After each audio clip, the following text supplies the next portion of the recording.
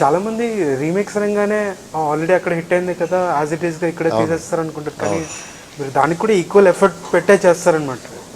అంటే ఇంకా కష్టం అవ్వచ్చేమో కదా అక్కడ హిట్ ఇంకా టఫ్ జాబ్ సార్ నిజంగా చెప్పాలంటే. అంటే నేను రీమేక్స్ చేస్తాను కాబట్టి దాన్ని సమర్థించుకోవడం కోసం ఇది చెప్పట్లేదండి. అంటే ఓన్గా క్రియేట్ చేసుకునే స్టోరీ అంటే మనకి ఫ్రీడమ్ ఉంటుంది. మనం ఎలాగైనా ట్రావెల్ చేయొచ్చు, మనకి ఇష్టమైన రూట్లో వెళ్ళొచ్చు, మనకి ఇది వర్కౌట్ అవుతుందన్న పద్ధతిలో మనం వర్క్ చేయొచ్చు. ఇది అలా కాదండి. ఇది ఒరిజినల్లో ఎందుకు హిట్ అయింది, ఏమి నచ్చి ఆడియన్స్ రిసీవ్ చేసుకున్నారు, అది మిస్ అవ్వకుండా ఆ సోల్ పోకుండా మనం చేసే బెటర్మెంట్స్ ఉండాలి.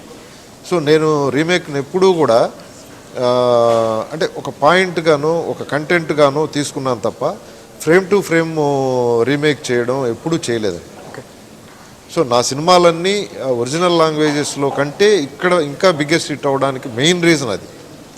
ఎందుకంటే ఆ సోల్ తీసుకుని మన ఆడియన్స్కి అవసరమైన పద్ధతుల్లో చాలా హోంవర్క్ చేస్తాను నేను స్క్రిప్ట్. అంటే ఒక రకంగా చెప్పాలంటే ఒక డైరెక్ట్ సినిమా కంటే కూడా ఎక్కువ వర్క్ చేస్తాను.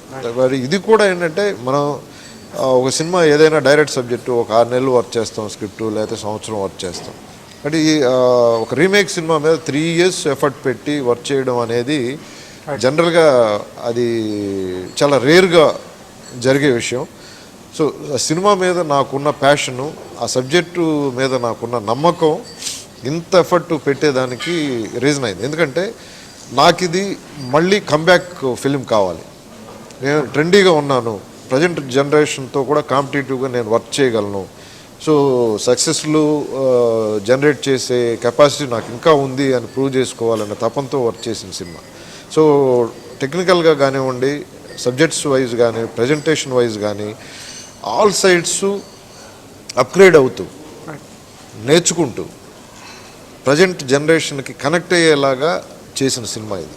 నేను ఇండస్ట్రీకి వచ్చింది మంచి సినిమాలు తీయాలన్న తపనతోటి. డబ్బు ప్రతి వాళ్ళకి బతకడానికి అవసరం.